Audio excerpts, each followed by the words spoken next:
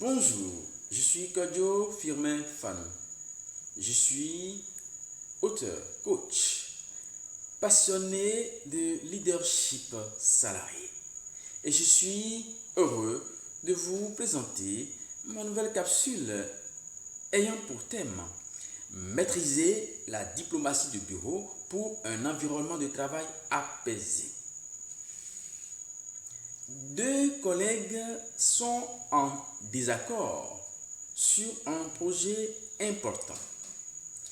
Ils campent sur leurs positions respectives et le débat s'envenime. Un collègue plus expérimenté intervient et propose de réunir les deux parties autour d'un café. Il les encourage à écouter attentivement les arguments de l'autre et à chercher des solutions de compromis. Après une discussion constructive, les deux collègues trouvent un terrain d'entente et parviennent à finaliser le projet avec succès pour le bien de tous. C'est cela la magie de la diplomatie de bureau. Travailler demande naturellement de cohabiter avec des gens qu'on n'a pas choisis, avec lesquels on doit pourtant collaborer pour produire du résultat. Et cette relation génère souvent des conflits. La diplomatie s'avère alors utile pour favoriser la collaboration au travail et permettre aux acteurs du monde professionnel de cultiver de rapports interpersonnels harmonieux. Savez-vous que faire preuve de diplomatie au travail est une compétence à développer? Et oui, vous devez être des diplomates au travail. Pour ce faire, je vous propose quelques stratégies. Première stratégie. Sachez choisir vos mots. Choisissez le juste mot sans exagérer ni exaspérer votre interlocuteur. Tournez votre langue 7 fois, 77 fois avant de parler. N'utilisez pas des mots blessants ou dévalorisants. Bannissez certains mots comme les jamais et les toujours. Exemple. Ne dites pas toi tu rends toujours en retard le travail qui t'est confié. Dites plutôt j'ai constaté que tu n'arrives pas à rendre le travail demandé dans le délai imparti. Évitez des mots et tournures accusateurs. Exemple, tu ne fermes jamais la porte quand tu entres. N'oubliez pas, surtout, d'adapter votre langage en fonction de votre interlocuteur. Évitez absolument d'utiliser des expressions ironiques ou sarcastiques ou encore des sous-entendus.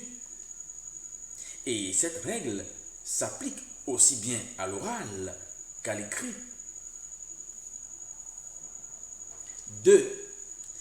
Développer l'art de l'écoute active.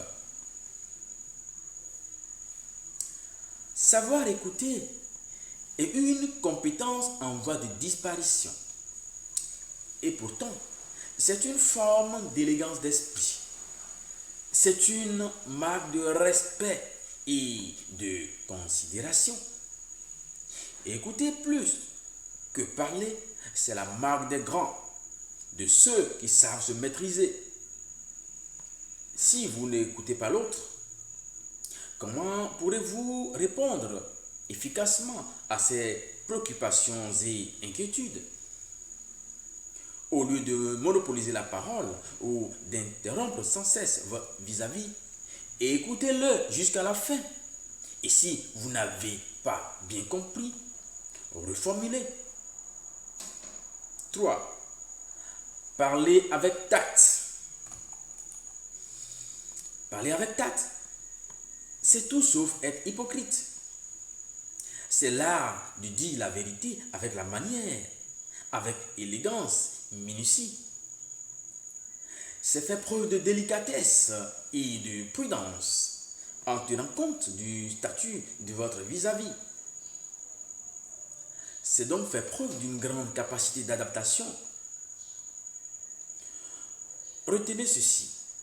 Pour réussir dans la vie professionnelle, surtout dans le contexte tumultueux actuel, on devrait apprendre à dire les choses de manière appropriée, en toute politesse et avec réserve. Évitez surtout le style accusatoire, péremptoire. Apprenez à nuancer, à relativiser. Et j'en passe. 4. Savoir réagir en cas d'attaque verbale. Qui n'a jamais fait l'objet d'une attaque verbale, parfois à tort? Sous le coup de l'émotion, on a envie d'en découdre tout de suite avec notre protagoniste. Et pourtant, c'est ici qu'il faut absolument maîtriser ses émotions et s'efforcer plutôt de désarmer la dispute à travers une communication positive. Ne répondez pas immédiatement. Observez un moment de réflexion. Inspirez et expirez profondément pour calmer votre esprit et recourez à des réponses brèves mais fermes. Exemple. Et si nous en parlions plus tard, le moment est mal choisi.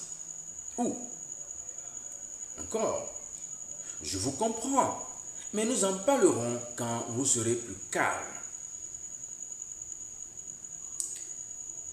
Fin de cette séquence vidéo. Retenez que la diplomatie de bureau éloigne des mots que les mots ont du mal à soigner lorsqu'un conflit s'est déjà installé. N'oubliez pas les bons gestes. Aimez la vidéo, partagez-la et abonnez-vous à la chaîne qui vous forme et vous transforme pour une carrière de rêve. FCF.